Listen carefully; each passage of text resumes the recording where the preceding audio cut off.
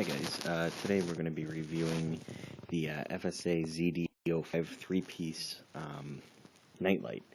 It's actually one of the more common versions, and I noticed that there wasn't a lot of reviews on this, so I thought we would kind of get one going here because I think it's important that people understand that there is a right and a wrong way to use these.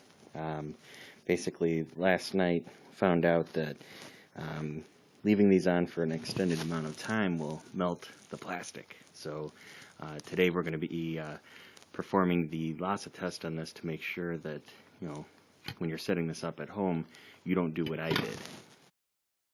So this is basically the setup. So you have three pieces: your shield, your light, and your base unit. In this base unit, there's actually a light sensor in there, and this is actually why I am doing this review, because the light sensor was activated and it stayed on the majority of the day, well into the night, which it should, but I think it actually does require some cool off. So let me go ahead and show you how this is constructed. So basically the light bulb is going to go in here. So, you know, just it basically goes in, screws. So put it in. Go ahead and screw that. And as you can see on the bottom of this, you have grooves. And those grooves are going to actually go around the light.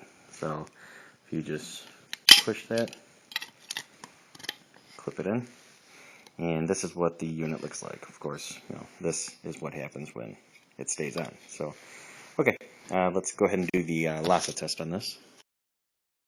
So we're going to go ahead and take this over to a wall, and what we're essentially going to do is figure out how far we have to go from the wall until wherever. Kind of think of it as a zone where you can't have any items that will trigger this to go off.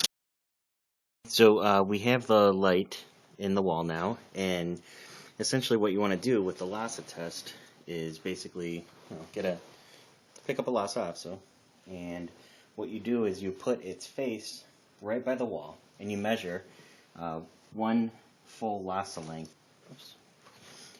from tip of the nose to the tail, and you basically keep going back until the light shuts off. So from here, as you can see, 1, 2. So this is actually 2 Lhasa lengths long. Okay, so before there are, I guess, comments or whatever, you know, people ripping me apart as to why I'm using the Lhasa unit of measurement, for those of you who are unfamiliar with it, Port Blair in the Andaman Islands in the Bay of Bengal, Tibetan merchants actually would travel there and trade Lhasas by the pound for the natives' blue-tip shark jerky.